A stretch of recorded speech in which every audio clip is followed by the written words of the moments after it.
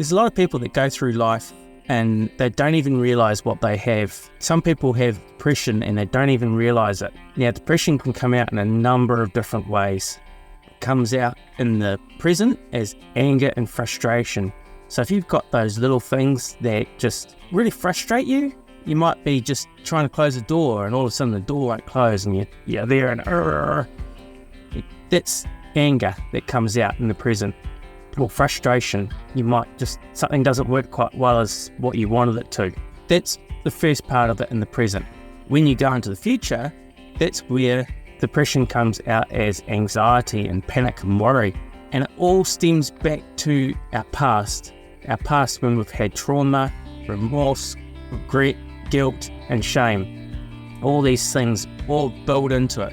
So we have all these traumas from our past, all the things that have happened to us in the past, and we get so worried about them happening to us again in the future that's when we get the anxiety and the panic and the worry.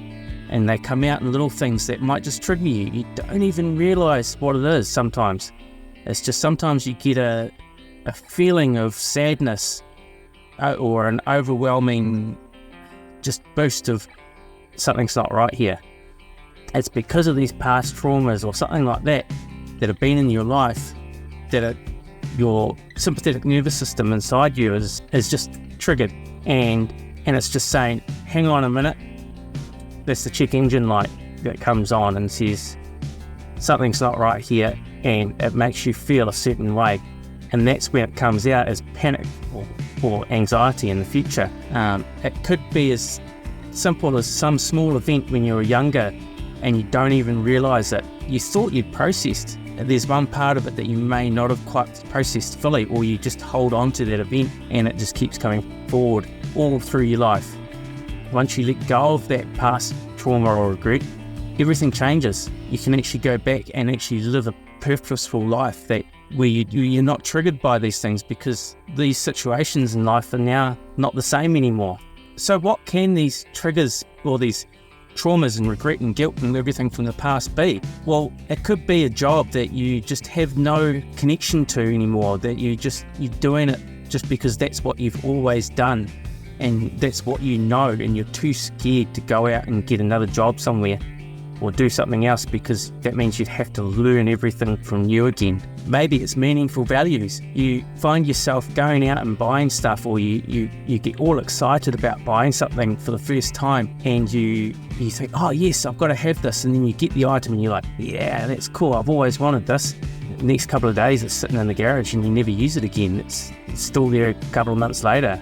It's aligning your values to what you really want. It could be childhood trauma. Now, trauma can be anything. Trauma's trauma. It doesn't matter what it is. It's like having a broken bone. If the bone's broken, it's broken. It doesn't matter how it broke. It could be that you just leant on something a bit funny and it broke the bone, or it could be from some traumatic injury or crash or anything like that. It doesn't matter. The bone is broken. Trauma is trauma. So this trauma could be something could be really trivial and you don't even know about it. The next one is disconnection from status or respect. You might be the person that's at the bottom of the chain that is always getting picked on or is always the one that swept the floor. If you're always down the bottom, it could be that you have one of those real low jobs where you're just the bum boy. You're there to just do the job and that's it. And whatever happens, you're always the one that's the scapegoat and gets everything lumped onto you. Or it could be that you're at the top. You've worked all your life to try and get through to the top, and then you're there and you're like, shit, I'm still getting picked on and I'm still getting worried. You're always worried that someone's going to come along and you're going to lose the whole lot. Everything's going to disappear from you because you've worked that hard to get there. The bigger the gap from the top of the heap to the bottom of the heap, the more stress there is. The bigger the stress, the harder everything is, the more likely you are to have depression. Maybe it's a disconnection from a hopeful future. You've been working and you just can't get anywhere. You can't see the light at the end of the tunnel, and every time you look, the bank balance is the same, or you're still doing the same job, or just nothing seems to be working for you. If you haven't got that future or something to drive for, or the goal that is actually achievable, and you're never going to get anywhere or where you want to get to, then that's going to be hard on you too. That's going to cause a depression cycle as well. The other one is sudden brain changes.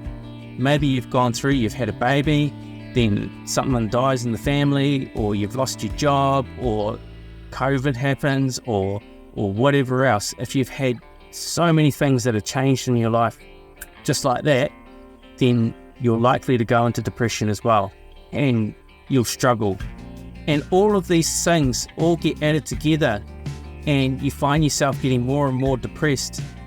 And maybe it's that you then start looking inwards and you start just feeling, and you're like, no, I don't want to go out anymore. So therefore you get a disconnection from other people, and you stop going out, and things just get worse and worse, and you start living inside your own head. That's when you start externalizing the anger that's within inside you, and you start getting angry at everything. You start bashing things up, people, animals, machinery, whatever it is, and you just fly off the handle for no reason whatsoever. It all stems from these causes of depression.